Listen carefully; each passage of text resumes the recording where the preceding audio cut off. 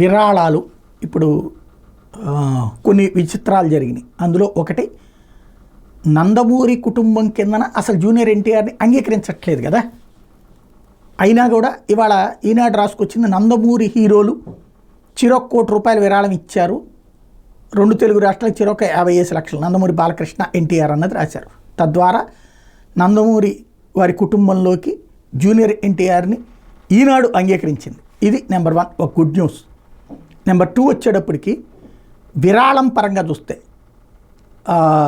తెలుగుదేశం వాళ్ళు ఆరోపించేటట్టు 1,00,000 కోట్లు లేదా మొన్న ప్రభుత్వంలో ₹1,000 కోట్ల సంపాదించేసుకున్నాడు అన్నటువంటి ఆరోపణలు ఎదుర్కొన్నట్టు జగన్మోహన్ రెడ్డి ₹1,00,00,000 విరాళం ప్రకటించారు వైఎస్ఆర్ కాంగ్రెస్ పార్టీ తరఫున.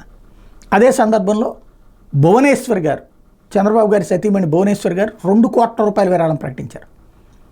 యాజ్ పర్ ఆ ఆరోపణల రీత్యా చూస్తే వీళ్ళు 6,00,000 కోట్లని వైసీపీ అంటది, వీళ్ళు 1,00,000 కోట్లని వాళ్ళు అంటారు. సరే, అవి పక్కన పెడితే, ఆరోపణలు ప్రత్యారోపణలు పక్కన పెడితే, కష్టకాలంలో రూపాయి తీసి ఇచ్చేటప్పుడు ఉండాల్సినటువంటి స్పందన, ఆ స్పందన విషయంలో జగన్మోహన్ రెడ్డి కంటే భువనేశ్వర్ బెటర్ అనిపించారు.